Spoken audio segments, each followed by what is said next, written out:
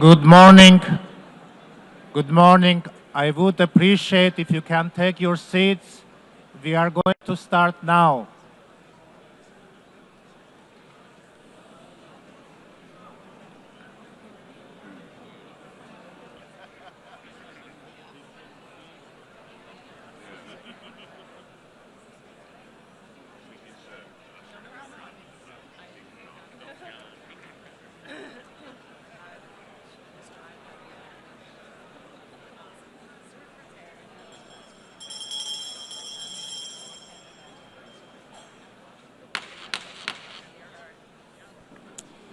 Good morning, everybody, and please have a seat. If I could ask for everybody's attention and finding a seat. I call to order the high-level plenary meeting to commemorate the 80th anniversary of the establishment of the United Nations. I would kindly ask all delegations to take a seat and keep silent. On the left side of the room, could you please, also on the blue seats, on the left side, please take a seat. I call to order the high-level plenary meeting to commemorate the 80th anniversary of the establishment of the United Nations. I would like to warmly welcome all of you to this milestone anniversary of our United Nations. Now, when everybody has found a seat, and in respect to the performance we are hearing right now, I now invite the artists to take their position on the stage. I would like to welcome the Met Chorus artists, accompanied by pianist Mr. Howard Watkins, together with the Sing for Hope youth choirs, under the direction of Mr. Tillman Michael. They will be performing this morning the commemoration of the 80th anniversary of the establishment of the United Nations. I now invite delegations to sit down, enjoy and listen to the musical performance.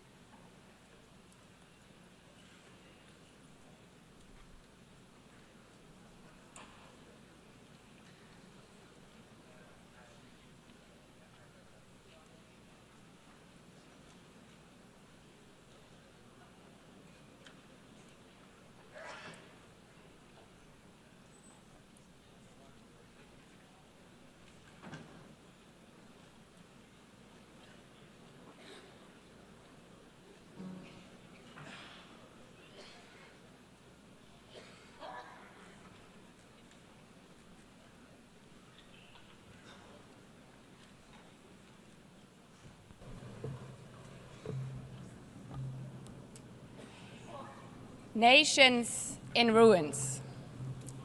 More than 70 million dead.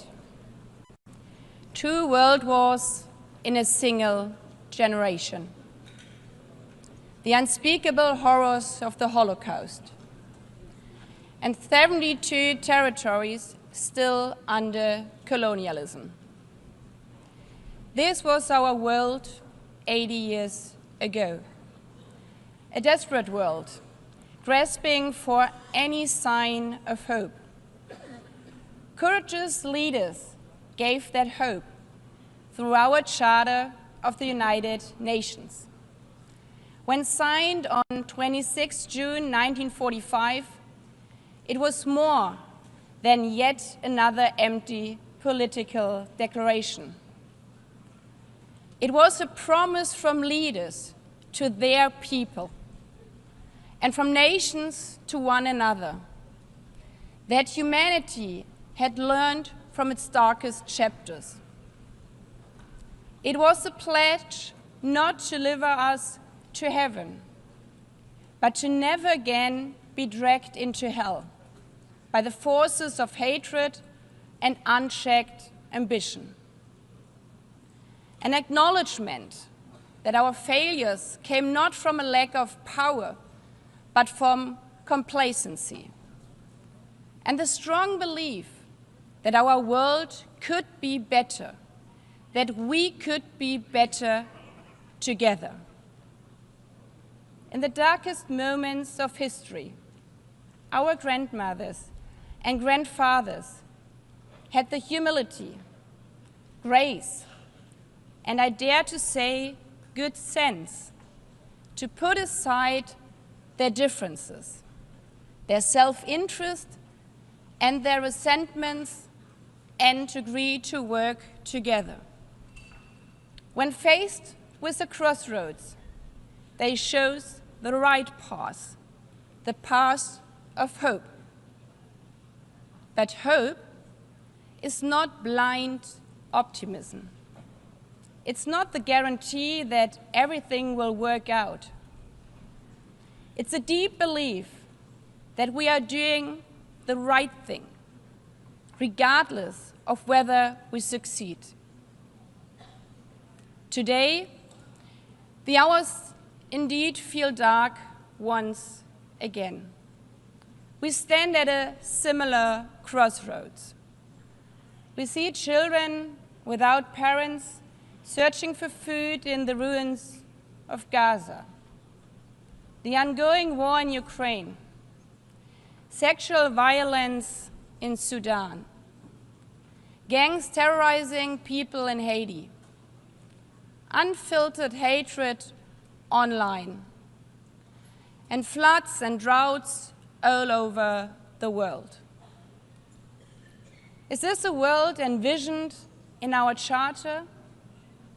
Do we really need to relearn the hard lessons?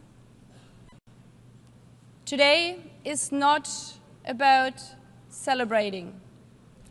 It's about remembering those hard lessons and drawing on the courage to once again agree, to find hope instead of resignation, to find the spirit from 80 years ago once again, to choose the right path, not because of any guarantee, but because of the conviction that it's the right thing to do. Mr. Secretary General, Excellencies, Heads of States, ladies and gentlemen, allow me to thank the artists, especially the young artists, for their wonderful performance, which have set the tone for our event. Today, as we mark 80 years of our United Nations, we are once again standing at a crossroads. We cannot take the easy path and simply give up. We have to choose the right path to show the world that we can be better together. Not because the last 80 years were perfect, not because for 80 years, because we have tried.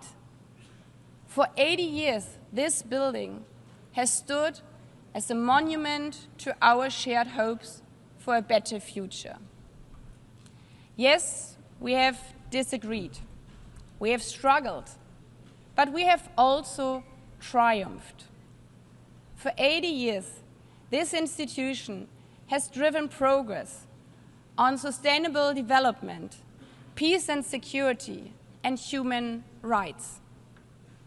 Today's commemoration is not the story of an institution. It's a story of thousands, perhaps hundreds of thousands of people who tried to turn hope in something real. The people who stood between war and peace and chose peace. The people who are risking their lives to deliver food in Gaza. The people who are supplying education materials to girls in Afghanistan.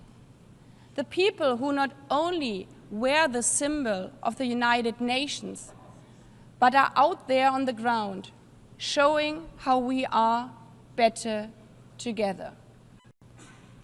This is why this is the theme of this 80th session, better together. It's more than a hot motto, it's a hard-won truth. It's our commitment for the next 80 years.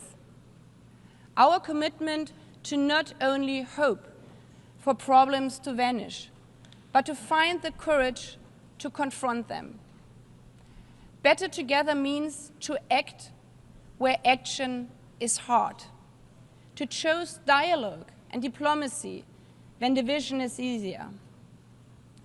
Hope at this 80th anniversary means that this session is not remembered not only for its milestone year, but as a moment when we called on extraordinary resolve equal to the extraordinary challenges we face. We owe this to the people, to the men and women, boys and girls who are not giving up, even in the darkest hours of war, who look still to the streaming blue flag for hope, the flag of our United Nations. Not perfect, not finished, but always better together.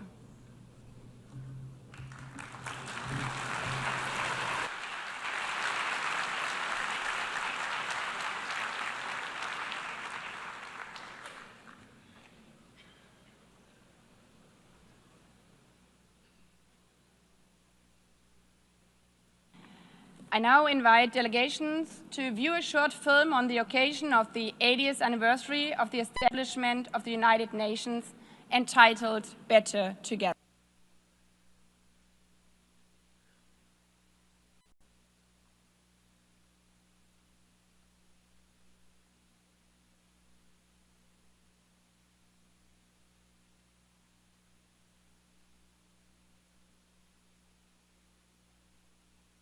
Chose peace. People who said, dignity cannot be broken.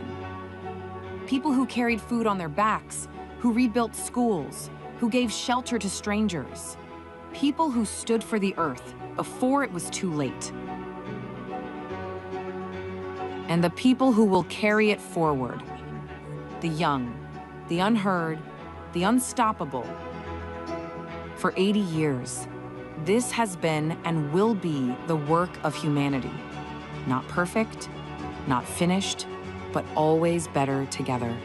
80 years and more for peace, human rights, and sustainable development.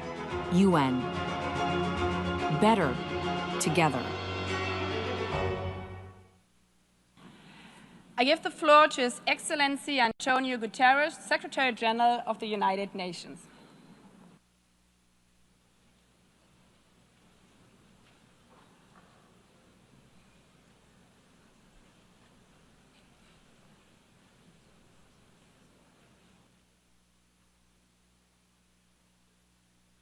Madam President of the General Assembly, Excellencies, ladies and gentlemen.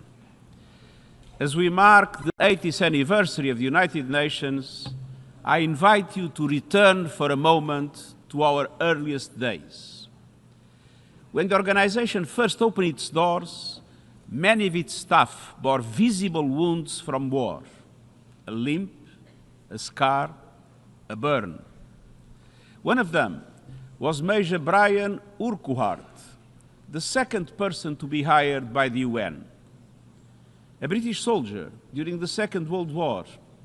He had been blown up on a ship in the Channel, witnessed the liberation of the Bergen-Belsen concentration camp, and carried for the rest of his life the limp from a parachute that failed to open. He was not alone. A clerk might quietly mention a bullet wound, a delegate, the shard of shrapnel still lodged in its chest. They had seen the worst of humanity, the horrors of the death camps, the cruelty of combat, cities entirely wiped out. And it was precisely because of what they had witnessed that they chose to serve peace. Excellencies, there is a persistent myth that peace is naive, that justice is sentimental, that the only real politics is the politics of power and self-interest. But those early staff were not idealists untouched by reality. They had seen war and they knew. Peace is the most courageous, the most practical, the most necessary pursuit of all. And in building the United Nations, they created something extraordinary, a place where all nations, large and small, could come together to solve problems that no country can solve alone. And yet, at this moment, the principles of the United Nations are under assault as never before. As we meet, civilians are targeted and international law trampled in Gaza, the Ukraine, Sudan, and beyond. As we meet, poverty and hunger are on the rise as progress on the Sustainable Development Goals falters. As we meet, the planet burns with fires, floods, and record heat raging through climate chaos. And at the same time, we are moving towards a multipolar world, but without strong multilateral institutions, multipolarity has its risks, as Europe learned in the First World War. To meet these challenges, we must not only defend the United Nations, we must strengthen it. And that is the purpose of Agenda 2030, the Pact for the Future, and the UN80 initiative, to renew the foundations of international cooperation and to ensure that we can deliver for people everywhere. Excellences, au fil des Excellencies, over the years, our organization has led the way to some of humanity's greatest triumphs. The eradication of smallpox, healing the ozone layer, and above all, the prevention of a third world war. The tests of the next 80 years will be both familiar and new. The battle will continue against war and poverty, but also climate chaos, runaway technologies, the militarization of space, and crises we cannot yet imagine. To meet these challenges, let us remember what our founders knew. The only way forward is together. Let us rise to this moment with clarity, courage, and conviction, and let us realize the promise of peace. Thank you.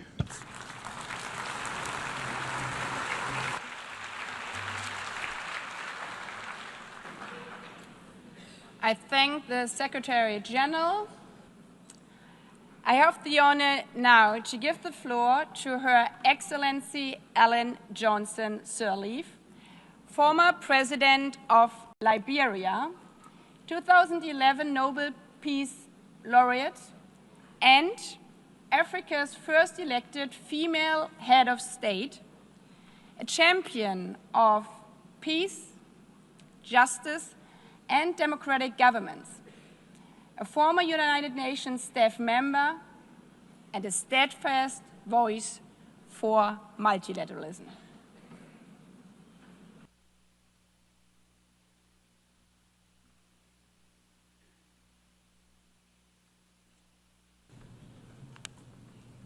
Excellencies, Madam President of the General Assembly, Secretary General, distinguished delegates, friends, I'm honored to address this high-level meeting on peace and security as part of the UN 80th anniversary. 80 years after the founding, we must recommit to the Charter, to our common security, to the belief that nations can choose dialogue over destruction. We begin in Africa, our shared cradle of resilience and hope, where democracy is weakening, where fractures across borders from Sudan to the Sahel to the Great Lakes strain our regional architecture. Yet, across Africa, communities stand up to extreme violence. Regional bodies mediate transitions, and women's groups negotiate truces when the state is distant and humanity is near. We have learned hard lessons. Prevention costs less than reconstruction. Reconciliation is a process, not an event. Peace agreements require institutions and citizens to be real. When guns fall silent, skills training, jobs, justice, and dignity must follow swiftly.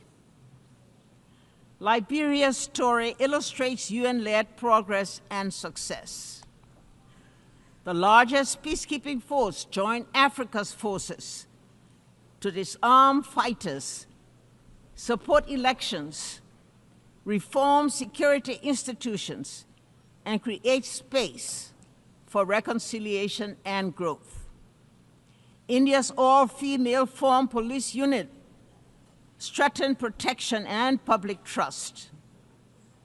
The mission ended with Liberia standing on its own feet, out of war, into a fragile peace with accountability, inclusive dialogue, and economic opportunity for young people.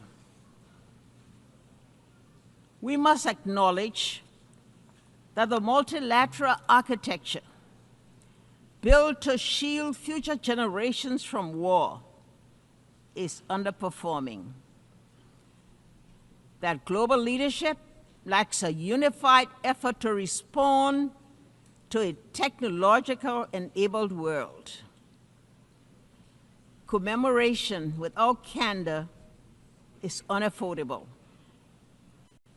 The world asks whether this House will protect civilians and uphold international humanitarian law. These are not words of despair. They are summons to repair. Our answer must go beyond words. It must translate into actions felt by a family in a tent, a nurse in a clinic, a child in school. A call for change, a renewed vision of collective security, and a broader approach to the triple planetary crisis and worsening inequality. The call for the new design of a new vision, better together, must ensure immediate protection of civilians, finance for conflict prevention, proposals that pay real people, leaders who are audible and accountable, women at the table with budgets that guarantee their participation in all peace negotiation delegations, and the deep weaponization of the information space. None of this is beyond our reach. It demands humility to listen, courage to compromise, persistence to implement. Peace is not built only in conference rooms, but in classrooms where girls learn without fear, clinics where mothers deliver safely, markets where youth find dignified work, courts where law is fair, and in daily acts of neighborly coexistence. 80 years on, the United Nations founding generation would ask if we are still worthy of the hopes inherited. Our answer must be yes. Not because the world is less dangerous, but because our determination is stronger. Better together. Your theme,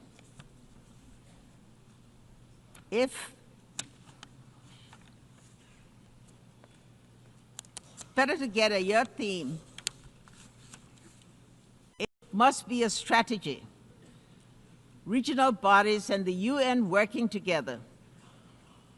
Civil society and governments co-designing solutions. Women and men sharing power equally. Truth and reconciliation traveling the same road. Let us leave this anniversary with concrete commitments, funded priorities, and a timetable for action.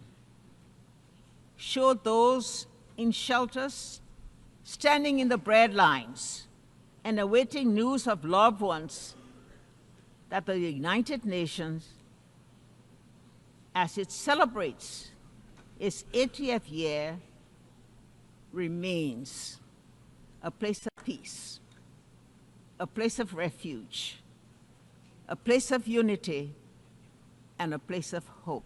I thank you.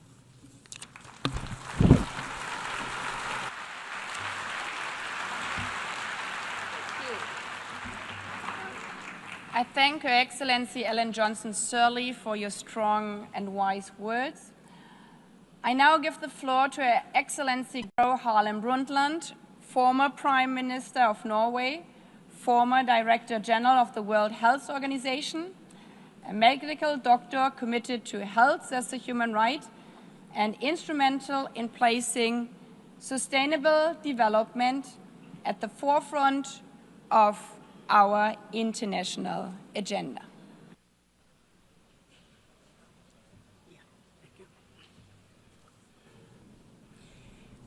Madam President, Secretary General, Excellencies, ladies and gentlemen, it is a great honor for me to address you marking the 80th anniversary of the United Nations. I was born at the cusp of the World War II. My parents were both active in the resistance against the Nazi occupation of Norway, and we had to flee the country. Some of my earliest memories are from Sweden, where my parents worked for Norwegian refugees. And I grew up in a Europe where the ravages of war were still clearly visible, where millions carried terrible scars on their bodies and their souls. It is against this background that the UN was founded, not as a symbol, but as a solemn promise. A promise to equip humanity with legal and diplomatic tools to prevent wars of conquest and domination. A promise to enshrine universal human rights as a bulwark against totalitarianism, racism, and oppression. A promise to foster peace, development, and dignity for all people. So, Madam President, let me highlight two areas where the UN has made an undeniable difference that also are part of particular importance to me personally. First, sustainability. When Secretary General Javier Pérez de Cuellar asked me to chair the World Commission on Environment and Development, I accepted with great humility. And I am very proud of the report we produced, Our Common Future. It helped cement the concept of sustainable development in our collective consciousness. Thanks to UN-led efforts, we started charting a path towards economic development that does not destroy the basis of life for future generations, our climate and our natural environment. But we are today exceeding the planet's boundaries and approaching tipping points where there is no way back. Over 80% of the targets under the Sustainable Development Goals are today off track. Second, President, gender equality.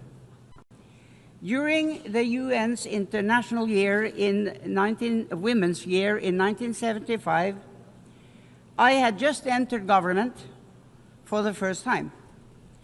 Many of my male colleagues hardly knew how to deal with me. In 1979 came the UN Convention on the Elimination of All Forms of Discrimination against Women. In 1981, I became Prime Minister for the first time. In 1995, 30 years ago this month, I delivered my address at the 4th World Conference on Women in Beijing. I spoke of the moral and economic imperative to end gender apartheid. I believed too optimistically that we would have come further by now. I did not foresee the intensity of the pushback that would come. Even today, there are countries where not a single woman sits in the highest decision-making bodies, including among the P5. But despite such adversity, the UN has methodically worked to strengthen the position of women through education, through microfinance, through work for sexual and reproductive rights and health, and through intense and effective advocacy work. With resolve and determination, we will get there in the end. So, Madam President, I have lived longer than most of you. I have witnessed the tangible differences the UN makes through economic upturns and downturns, political ebbs and flows. I have no patience for those who dismiss the UN as outdated. We are going through a time of great geopolitical shifts and impressive, but also frightening, technological development. The UN as our common hub for getting the facts on the table, debating and deciding on solutions, and acting is more important than ever. We owe that not just to ourselves, but to the generations to come. Thank you.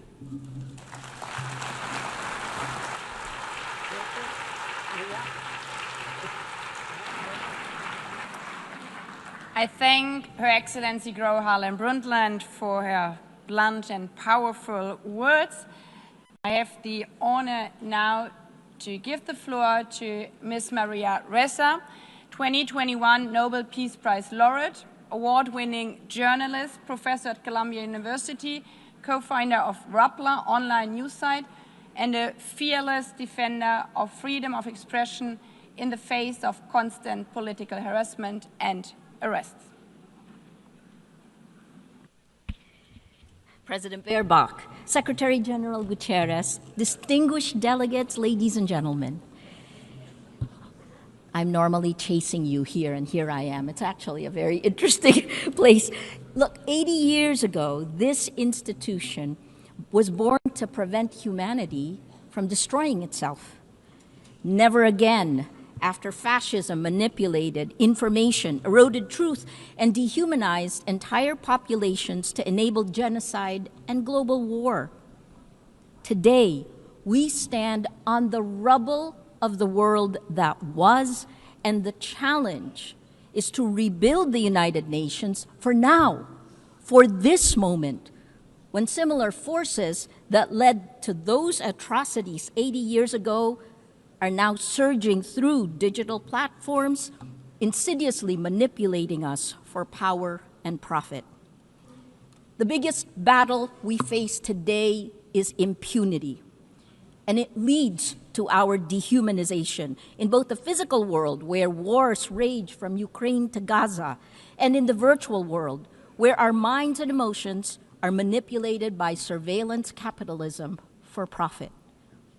To fight that, we need information integrity to remind us to be human. I became a journalist because information is power. But news groups lost our gatekeeping powers when an atom bomb exploded in our information ecosystem, a technological one that's silently destroying the very foundations the UN was built to protect. This is the deadliest period for journalists in recorded history. More than 240 journalists killed in Gaza alone. More than died in World War I, World War II, Vietnam, and the former Yugoslavia combined. This is unprecedented. They're targeted, and there must be accountability.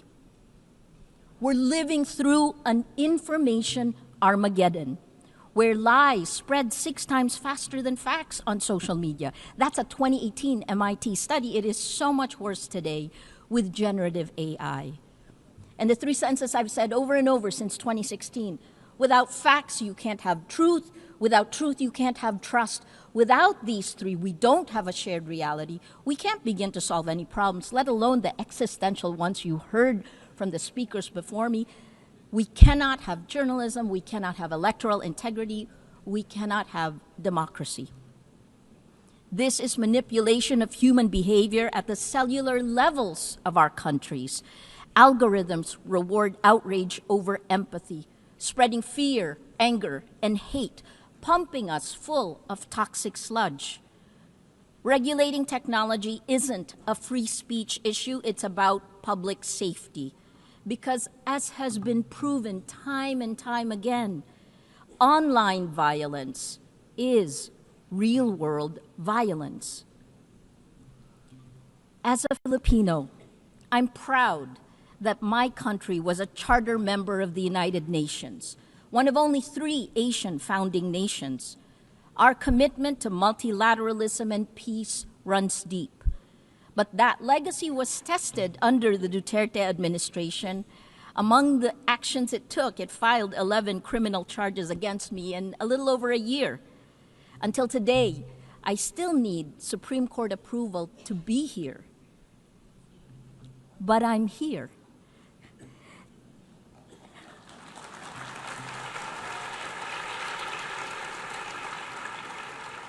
And my former president, well, he was arrested in March for alleged crimes against humanity and is detained at The Hague waiting for trial.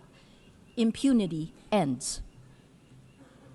The rule of law, championed now by the Philippines as it chairs the 6th Committee on Legal Questions, ultimately prevailed.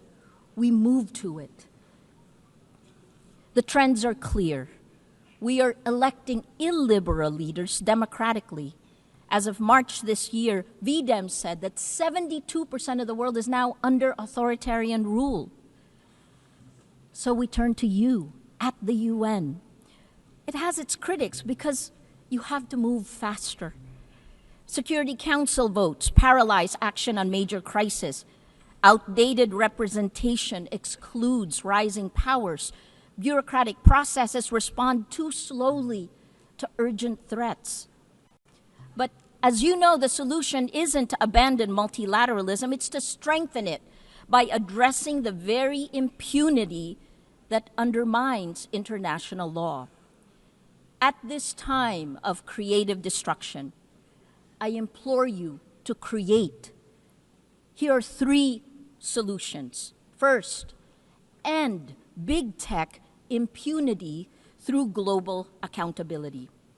We need binding standards for international to restore and regulate information integrity, just as we have for nuclear weapons and climate change. There are 2 new initiatives, first from the Vatican, created last weekend with His Holiness Pope Leo XIV, a declaration demanding artificial intelligence remain under human control with clear accountability mechanisms. The second one will be launched later today, a global call for AI red lines, which more than 200 of us have signed. We urge your governments to establish clear international boundaries to prevent universally unacceptable risks for AI, at the very least define what AI should never be allowed to do. Second, build alternative infrastructures for trust. It isn't just big tech that failed to protect the public in the virtual world.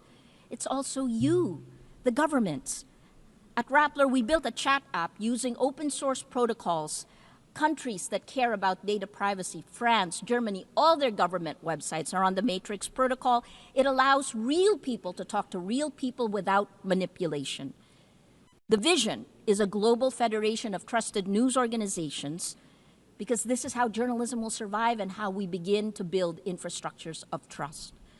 Finally, the third one, create. Create, that's our word today. Invest in comprehensive solutions. Let your imagination run. 3 examples that's happening now.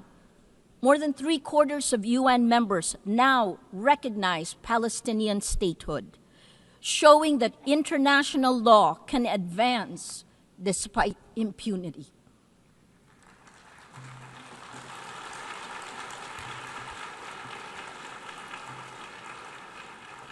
On gender, the Nobel Women's Initiative have demonstrated that in nearly every conflict around the world, women are leading efforts for peace, defying displacement, patriarchy, gender apartheid, and militarized violence every day.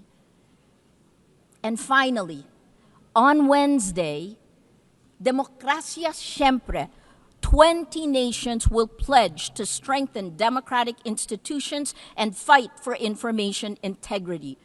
More than 40 Nobel laureates we have gathered together to support this multilateral initiative led by the Global South.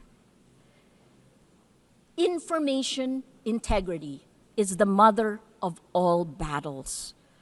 Win this, and we can win the rest. Lose this, and we lose everything. Please choose courage over comfort, facts over fiction, hope over fear. A lot has changed since the UN was created 80 years ago. But its values, peace, human rights, justice, rule of law, these are more essential today than ever. It is time to create again, to build better. Together, please act now, before it's too late. Thank you.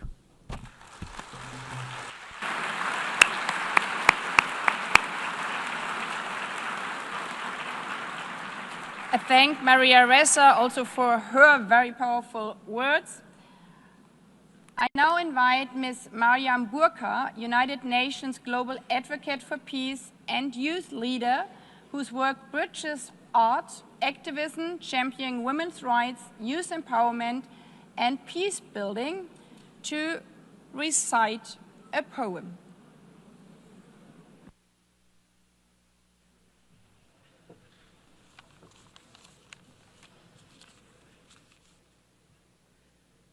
The President, Secretary General, distinguished delegates, excellencies, good morning.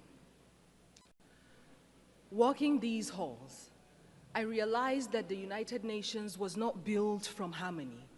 It grew out of the ashes of war and the grief watered by the collective memory of what happens when dialogue and cooperation fails. Its foundation is not peace achieved, but peace pursued, fragile, imperfect, necessary, not just worth fighting for, but requiring a fight. And today, 80 years on, we gather to honor what has been achieved. Nations rebuilt, walls of division lowered, millions lifted by the shared will. But these are victories worth remembering, but the story is unfinished. The cracks in the foundation calls us to repair, to act, not to retreat. Our world bleeds before our eyes. Children in conflict zones, nations silenced by hunger and war. And it begs the question, are we witnessing the collapse of conscience in real time? Because behind every pact, there are people. Behind every statistic, there is a story. And behind every commitment that we sign, there are lives depending on whether we honor our words or not. And so this is not the time to feel powerless, because yes, hope and despair can coexist in the same breath, because healing is not linear. The United Nations is not a monument, it is a mirror, and it reflects what we have dared to imagine 80 years ago, and today, here, it asks, will we dare again? Will we dare to work better together? Because if the past proves that we can build peace from ashes, then the present demands that we build it again, louder, braver, together. I speak as a global peace advocate, not because peace is easy, but because silence is complicity, and so I will not be silent. You know, I used to think that peace was a place, a final destination we arrive at after all wars have ended. But I have come to understand that peace is not a line that we cross. It is a choice that we make over and over and over again, especially when it is the hardest, especially when it feels far away. Peace is not a silence we force into people's mouths. It is not the absence of war, but the presence of understanding. Peace is a child learning to sleep again without flinching at the wind. It is a mother not having to choose between bread and dignity. It is a father not having to swallow his voice to feel like a man. Peace is messy, like forgiveness.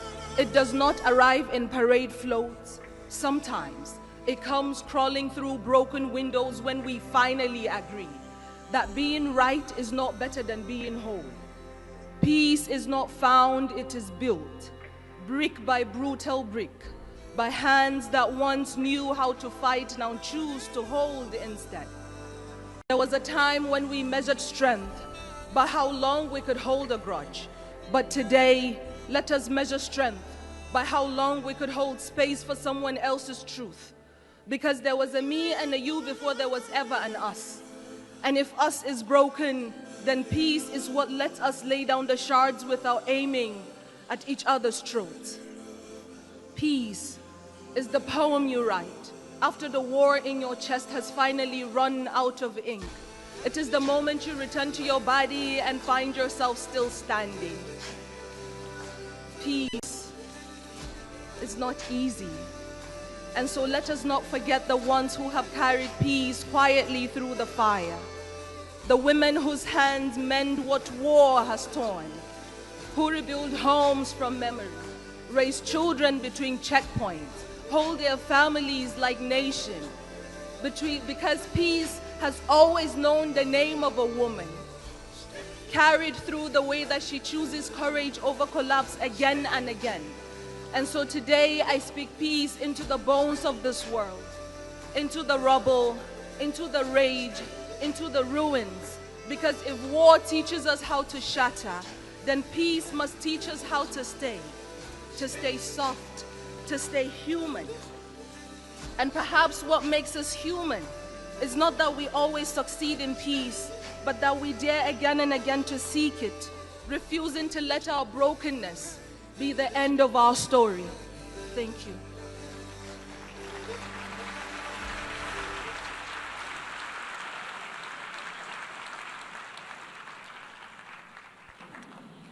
I thank Ms. Burkhan, and as we conclude and after listening to this beautiful poem, let me emphasize again, peace is only a word and better together is only a slogan until we embrace it.